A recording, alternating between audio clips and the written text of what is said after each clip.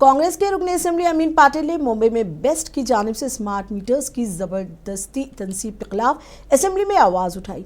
अमीन पाटिल ने शहरियों पर दबाव डालने वाले अहलकारों के खिलाफ हुकूमत से फौरी कार्रवाई का मुतालबा किया है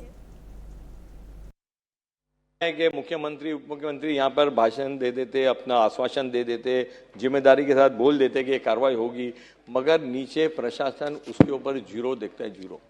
यहीं से उस वक्त के उप मुख्यमंत्री देवेंद्र फडणवीस जी ने कहा था कि रेसिडेंस के अंदर स्मार्ट मीटर नहीं लगेंगे।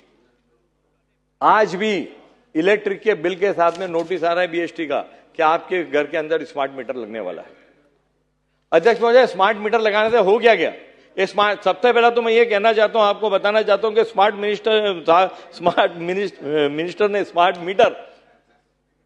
मीटर क्यों लगाए जा रहे हैं? जहां पर 30% का 30% का इलेक्ट्रिकल लॉस है, उसको 15% लाने के लिए ये स्मार्ट मीटर लगाए जा रहे हैं।